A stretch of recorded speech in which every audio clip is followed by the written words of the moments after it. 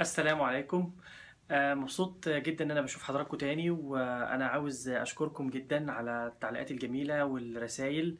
وبعتذر ان انا ما ردتش كتير على بعض الرسائل، لان مش عاوز اقول لكم ان في 400 الف فيو في اسبوعين. والرسائل تتجاوز 5000 رساله، فمش عارف، ما كنتش متوقع كل الكلام ده، وانا وعدت المره اللي فاتت ارد لكن ما قدرتش ارد. لكن ان شاء الله هنشوف بقى حل ازاي نقدر نرد وازاي نقدر نهتم بحضراتكم. وانا بعتذر ان انا غبت لاني كنت تعبان لمده اسبوعين. تحياتي لحضراتكم. هنتكلم النهارده في الجزء الثالث على مشاكل العلاقات الزوجيه، والعلاقات الاجتماعيه والعلاقه بين الزوجين اللي بتحصل في كندا لما الناس تروح كندا. وهنقول الحل بتاع كل حاجه بعد ما نقول المشكله. أول مشكلة يا جماعة بتبقى بالنسبة للزوجين لما يروحوا كندا، إن بيبقى طرف واحد بس هو اللي أخذ القرار. يعني حضرتك قعدت مع زوجتك، ما اتفقتوش مع بعض، حد قرر إنه يهاجر والتاني هاجر عشانه. دي أول غلطة، ويا ريت ما يبقاش الحكاية دي تحصل. فلازم يكون القرار ده بإجماع الآراء. ما ينفعش شخص واحد هو اللي ياخده عشان الطرفين يقدروا يتحملوا. الحاجة التانية طبعا المهمة جدا، ان في طرف فيهم غالبا لما بيسافر بيبقى عليه لود كبير. حد مثلا عاوز يعمل معادلة، او الطرفين عاوزين يعملوا معادلة او ياخدوا دكتوراه او الكلام ده، او طرف فيهم. فطبعا ده بيأثر على الأسرة جدا.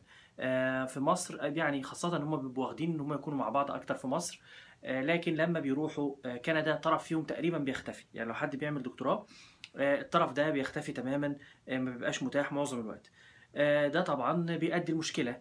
خاصة بقى كمان من الحاجات برضو المشهورة قوي في أسباب المشاكل وأسباب الطلاق أحيانا، ان بعض الاطراف يتخيل ان الطرف ده بيحط في، يعني بيبني في حياته هو بس. الحكايه دي مش حقيقيه. لازم الطرفين يفهموا ان الطرفين بيبنوا في حياتهم هما الاثنين. فحضرتك لما يكون الطرفين بيبنوا في حياتهم هما الاثنين، ده بيدي مبرر كبير قوي لطرف انه يتحمل عشان طرف تاني. ما بقولش ان حد يظلم حد، بس بقول ان ده في الاخر مستقبل الاسره، وده في الاخر حياتكم انتوا الاثنين. فلازم تكونوا من الاول متفقين وفاهمين الحكايه دي. آه، تالت حاجة النظام الاجتماعي الجديد. ان انت حضرتك رايح نظام اجتماعي جديد ما فيهوش عائلات كتير. ممكن احيانا لو رحت مكان ما يكونش فيه ناس، يعني انت عاوز تعمل علاقات وعاوز تعمل زيارات وعاوز ولادك يعرفوا ناس وانت تعرف ناس وزوجتك تعرف صحباتها وانت تعرف اصحابك، وتبداوا تعملوا مناخ اجتماعي. احيانا ده ما بيكونش متاح. فلازم طبعا لما تيجوا تقرروا هتهاجروا فين في كندا، تختاروا مكان يكون فيه ناس بتشترك معاكم في نفس الثقافة. يعني انت حضرتك مصري، تدور على مكان يكون فيه شوية مصريين شوية عرب، سعودي، إماراتي، أي حاجة من الجنسيات دي. حاول تدور على ناس يكون عندهم نفس الاتفاق ونفس عاداتك وتقاليدك، أو ناس قريبة منك، يعني تقدر تلاقي معاهم جو أفضل يعني. الحاجة التالتة إن طبعا رفع الشديد لسقف التوقعات بيؤدي لمشكلة كبيرة. يعني دايما كتير جدا لما نقابل المهاجرين أول ما جايين، أول حاجة بيقولوها لنا مثلا لما بنشوفهم وهم جايين كندا، إن هم يقولوا لنا إيه ده؟ هي البيوت هنا صغيرة كده ليه؟ هي في الحقيقة البيوت صغيرة لما تيجي تقارنها ببيوت مصر الكبيرة، لو أنت عايش طبعا في بيت كبير. فلما بتيجي تلاقي بقى الأوض صغيرة، تلاقي عدد الأوض أقل، تلاقي مضطر تستحمل شوية في الأول عشان يعني بتغير ظروفك وظروفك مختلفة. فلازم حضرتك تكون فاهم الحكاية دي، إن أنت مش هتيجي تلاقي بيت مكافئ لبيتك اللي كنت فيه في مصر. تيجي تلاقي بيت أقل، وبيت أقل يعني في التجهيز، وأقل في الحاجات دي. فلازم ما تتصدمش. رفع التوقعات، او زي ما قلت لكم احيانا في ناس تقعد تحكي ده بيدوك بيت، ده بيدوك عربيه، ده بيجيبوا لك شغل، ده بيعملوا لك. انا بقول لك الكلام ده مش حقيقي. هم بيساعدوك في، بس بيساعدوك لو انت من منخفض الدخل، يعني انت من الناس اللي دخلها منخفض. هم بيقدروا يساعدوك وبيقدروا يحاولوا يخلوك الامور تمشي يعني. لكن ده مش بيخليك راجل حالتك مستريحه. طبعا في ناس هتقول لا، ما احنا مش لاقيين في مصر. ايوه، ما هو انت لو مش لاقي في مصر هترتاح، هتبقى مرتاح في كندا باقل القليل. لكن هو المشكله ان معظم الناس اللي بتهاجر بتبقى حالتها الماديه في مصر كويسه. كتير جدا بيبقوا وظايفهم نفسها كويسه. فلما بيروح اما بيروح كندا بيتفاجئ ان هو عنده مشكله كبيره جدا، اسمها ان هو عاش في مستوى اجتماعي اقل. في حريه، في حياه احسن، في مناظر افضل، بس دي لوحدها محتاجه محاضره. بنقارن مين اصلا هو الشخص المناسب للهجره. ماشي. طيب. حاجه كمان ان انت يعني حالتك نفسها بتتغير، لان انت مثلا دلوقتي حاجه من الاثنين: تبقى مش موجود قوي في البيت زي اللي بيعملوا دكتوراه وبيحاولوا يعملوا معادله، او بيحاولوا، او ان حضرتك تبقى موجود اكتر في البيت من اللي مستنيين شغل او بيدوروا على شغل. فبتبدا تعيش مع اسرتك اكتر. ففي بعض الناس بتبقى اتجوزت وقعدت 4 5 سنين و10 سنين، بيروحوا بيتهم مثلا كل اسبوع كل اسبوعين، مشغول في الشغل طول النهار في مصر. اول ما بيروح كندا فيعني مناطق او وقت الاحتكاك بين الزوجين والاطفال وكده بيبقى اكبر. ففي بعض الناس ما بتبقاش متخيله ان المفروض يكون يعني متحمل اكتر، صبور اكتر، خاصه مع الضغوط المعيشيه. يعني راجل مثلا كان بيشتغل كويس في مصر، لما راح كندا ما قدرش يشتغل، فبدأ الكلام ده يأثر عليه نفسيا. بدأت زوجته كان لها مجموعة متطلبات، عاوزين نشتري عربية، عاوزين نعمل، عاوزين. طبعا أنا بس بدي بعض أمثلة لأن في حد هيكتب لي أكيد في التعليقات العربية تقدر تشتريها رخيصة. لا، أنا ما أقصدش، أقصد مستوى اجتماعي معين. او خاصه الزوجه لما تكون ما كانتش موافقه اصلا، فلما تروح هناك وتبص بقى تلاقي اللي هو نقط التماس نفسها بتزيد ووقتها بيزيد، فده بيخلي الزوجين يتخانقوا. فاحنا طبعا بنقول لكل زوجين دي رحله كفاح، حضراتكم المفروض تكونوا متعودين وفاهمين من الاول وانتوا طالعين ان انتوا رايحين لرحله كفاح. الرحله مش بسيطه. ممكن تكون هظبط بس الموبايل شويه. ممكن تكون الرحله صعبه في الاول، بس بعد كده ممكن تكون الرحله اسهل شويه. طيب، ايه كمان؟ طيب، بعد كده احنا لما نيجي بقى نفكر كمان في بعض الحاجات اللي بتسبب مشاكل، هي ان المجتمع حواليك اصلا في ناس كتير جدا عندهم خلافات زوجيه، او ناس كتير جدا متطلقين. طبعا ده مش ما يعيبش اي حد انه مطلق ولا متطلق في الحقيقه. بس هي المشكله بتبقى في ايه؟ ان انت لما بتشوف حاجه وبتشوفها كتير قوي بتتخيل انها حاجه طبيعيه. يعني انت لما تروح مثلا زوجتك تلاقي ستات متطلقه كتير قوي، وانت تلاقي ناس بتطلق كتير قوي، فده بيخلي الحكايه دي طبيعيه شويه، وبتقدروا تاخدوا القرار اسهل كتير من مصر. فده طبعا احنا ما بنحبوش. فانت من الاول لازم تكون يعني موسع افاقك ومداركك وبتستوعب زوجتك. انا بحمل بشكل كبير جدا على الزوج ان الزوج لازم يتحمل زوجته، لان انا عارف ان المراه العربيه او المراه المصريه تحديدا بتتحمل كتير جدا في تربيه الاولاد. يعني معظم الرجاله طبعا شايلين ايدهم شويه، والستات اللي بتربي انا عارف والله. هو يعني ده غلط بقى ولا صح؟ دي ممكن نعمل لها فيديو لوحدها، دي غلط ولا صح. طيب، فحضرتك المفروض تتحمل شوية. برضو في نفس الكلام الزوجة لما بتحتك بناس يعني مش متجوزين، ناس عندهم مشاكل عائلية، ممكن الكلام ده يؤدي، خاصة إن كندا بتساعد كتير قوي الناس اللي بتطلق والناس محدودة الدخل، وبتدي فلوس للولاد. فده بيؤدي كتير جدا ان الزوجه، يعني في بعض الزوجات في مصر، ربنا طبعا يا رب ما يحكم على اي حد، انها تكون عايشه مع زوجها في مصر او عايشه معاه في اي دوله عربيه، عشان هي ما عندهاش مصدر رزق تاني، هي متحملاه. فطبعا يعني رفقا بالقوارير، ما حدش بقى يقعد يعذب حد عشان متحمله عشان فلوس يعني. لكن لما بيروح كندا بتلاقي ان هي فرصه انها تخلص منه، او فرصه ان هو انسان مش مناسب. مش عاوز اقول انه وحش او هي وحشه، انا حساس جدا والله في الكلام ده ومش عاوز اجرح اي حد.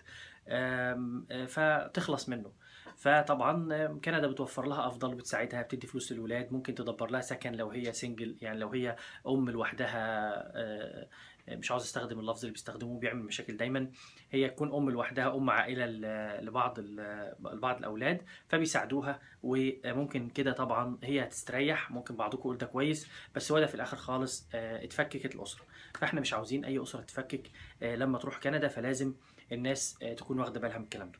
حاجه من حاجات المشاكل ان كندا لما بتدي الفلوس بتديها فلوس الولاد، مساعده الولاد لو انتم منخفض الدخل يعني، بتديها للام، بتيجي باسم الام. الحكايه دي بتعمل مشكله كبيره جدا. فليه بقى؟ لان الام بتاخدها، الام ممكن تتخيل ان دي سيفنج تقدر هي تبقى تعينها وكده عشان المستقبل، ولانها جت في كندا ما لقيتش فلوس والكلام ده. والاب بيقول لا، ده دي مساعده لنا احنا الاثنين عشان نمشي المركب. اتمنى ان محدش يوصل لنقطه الخلاف دي، مش نقطه خلاف خالص.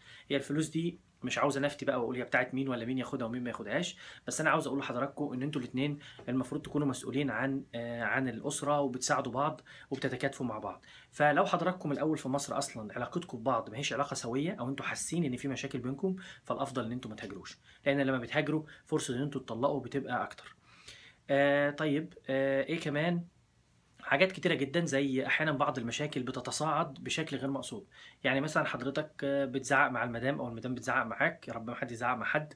وده غلط اصلا يعني. او حضرتك طبعا ممكن بقى تكون جاي بقى كندا متخيل انت ممكن مثلا يعني، لا مش تضرب مراتك اكيد، مش توصل لكده يعني. لكن قول مثلا ان انت زعقت في مراتك، بس لو مجرد ان جارتك سمعت الكلام ده وكلمت البوليس، البوليس هيجي ياخد حضرتك.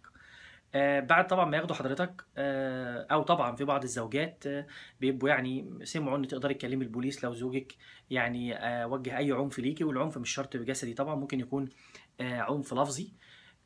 طيب هيجي البوليس طبعا لو خد حضرتك او خد حضرتك او اي حاجه من الحاجات دي حصلت، هتبقى مشكلة كبيرة جدًا، مش هنقدر نطلّع الزوج وهيبقى عنده عنف أسري وعنف اجتماعي، هتدخّلوا بعض في مشكلة كبيرة جدًا. فلو أنت من النوعية اللي بتتعامل بالطريقة دي، يا ريت وأفضل وأحسن إن أنت ما تدخّلش نَفْسك في المشكلة دي من الأساس. طيب، دي بعض النقاط اللي جات في بالي دلوقتي وأنا باتكلّم. لكن يعني برضه في نقطة كمان افتكرتها وأنا باتكلّم دلوقتي. بعض الحاجات إن هي بعض أنت طبعًا عايش في مجتمع مش مجتمع محافظ، مهما يكن في مجتمع في مصر أو مجتمع في الدول العربية فيه يعني شوية في متخلخل شوية. المجتمع في كندا مفتوح جدًا، فطبعًا بيحصل طبعًا بعض الخيانات الزوجية، بيحصل بعض المشاكل. أنت عارف طبعًا فمن الأول لازم يكون في ثقة بين الزوجين. طبعًا الزوجة بتبقى خايفة جدًا على الزوج، و خاصةً طبعًا أنت عارف إن كل راجل عربي أو شرق أوسطي هو طبعًا عاوز يطلّع نفسه hero، وإنه راجل يعني علاقاته بقى متعددة والكلام ده. فالكلام ده طبعًا المفروض أنت تبقى رايح بالattitude إن أنت ما تعملش الكلام ده. الكلام ده مش صح أصلًا، والكلام ده بيهد بيوت كتيرة جدًا. فلازم الزوجة تكون بتثق في الزوج، ولازم الزوج طبعًا يتصرف على مستوى المسؤولية دي. آمم، طبعًا في حاجات كتيرة جدًا زي إن هُم بعد ما يروحوا كندا إن أحيانًا المسارات بتتقاطع. يعني أنت حضرتك تكون مسارك في اتجاه ومسار زوجتك في اتجاه تاني. في بعض نقط التقاطع ممكن تكونوا متقاطعين في بعض النقط، وممكن تكونوا بعيد أوي في بعض النقط. أنت مثلًا عاوز تدرس حاجة، هي عاوزة تتعلم حاجة. أنت لو خدت 100% من الوقت واهتمام الأسرة، هي مش هتقدر تدرس. أنت مش هتقدر تدرس، أنت مش هتقدر تعمل معادلة، هي مش هتقدر تعمل معادلة. فلازم حضراتكم الأول تبقوا طالعين وعارفين إن أنتم إزاي هتنسّقوا الحكاية دي. بعض الناس بتقول إن الزوج يعني ياخد أولوية وإن هو يحاول عشان هو بيعول الأسرة. بعض الناس بتقول لأ، ما ممكن الزوجة برضه تكون هي اللي دراستها أفضل، وإن هي تقدر تعادل مثلًا شهادتها أسرع، فتروح هي الأول وبعد كده نعمل نشوف الزوج هيعمل إيه أو الزوجة هتعمل إيه. فيا جماعة بس اللي أنا عاوز أقوله لكم كويس جدًا إن إحنا المرّة دي قُلنا المشاكل وقُلنا الحلول بعدها على طول. فالحلول في الآخر خالص إن إحنا نكون متفاهمين. آخر حاجة عاوز أنبّه ليها عشان دي برضه من المشاكل الكبيرة أوي، والناس دي فعلًا مشاكلهم أكتر. الناس اللي تكون ييجي لها فرصة زواج، مثلًا أنتِ حضرتِك في مصر أو حضرتك في مصر، وييجي لك زوج أو زوجة في كندا. يعني زوج في كندا عاوز واحد عاوز يتجوّز، يعني هو عايش في كندا عاوز يتجوّز من مصر أو من دولة عربية. الحكاية دي خطيرة جدًا، لإنه كتير جدًا لمّا بييجي يعني باللغة المصرية باللهجة المصرية بيعمل لحضرتك أو لحضرتِك البحر طحينة، وبعد كده أمّا بتسافري كندا بتلاقي حاجة تانية خالص. فالأفضل تطوّلوا فترات الخطوبة عشان تقدري تفهمي هو بيعمل إيه هناك. تقدري تتعايشي معاه أكتر، تفهمي الموضوع، تقولي له ييجي أكتر، هو له أجازة في السنة يقدر ييجيها. تقدري تفهمي منه هو بيعمل إيه. ناس كتير جدًا جُم مع ناس كندا واتفاجئوا إن الراجل ده ولا هو businessman ولا هو بتاع شغل ولا هو أصلًا بيعمل حاجة ولا هو طبيب ولا هو صيدلي ولا مهندس ولا محاسب ولا أي مهنة من المهن أصلًا، وإن الراجل ده ممكن يكون مثلًا بيشتغل حاجة حرفية تضايقِك أنتِ. والله الأفضل، وأنا باقول برضه بقى للأزواج أو يعني الناس اللي بتحاول تتجوّز وهُم عايشين في كندا من مصر أو من الدول العربية، يا ريت يبقى صريح. يعني قُل 1، 2، 3، 4 دول يبقوا واضحين أوي عشان الزوجة لمّا تيجي ما تتفاجئش إن سقف الطموحات عالي أوي. فطبعًا تؤدّي إن الزوجة دي بتحس إن في مشكلة، والزوجة بعد شوية بتتطلّق. فبعد شوية بتتطلّق بتحصل مشاكل كبيرة جدًا. ناس كتير جدًا جات، ودي من الحاجات والله اللي بتزعّلني جدًا لمّا أنا شُفتها في كندا كتير جدًا. باشوفها برضه في أمريكا، بس هنبقى نعمل حلقة المقارنة بين كندا وأمريكا. بس أنا شُفتها في كندا كتير. إن زوجين ييجوا يكونوا أصلًا بيحبوا بعض في مصر ويكون عندهم أسرة ويكونوا مستقرين جدًا، وأمّا ييجوا كندا بقى تحت يعني ضغط الحياة الجديدة وتحت ضغط كل الأسباب اللي أنا قُلتها فوق دي، الناس دي تتطلّق. فأتمنى الناس كلّها تكون بتاخد القرار وهي واضحة وكل حاجة واضحة بالنسبة لهم.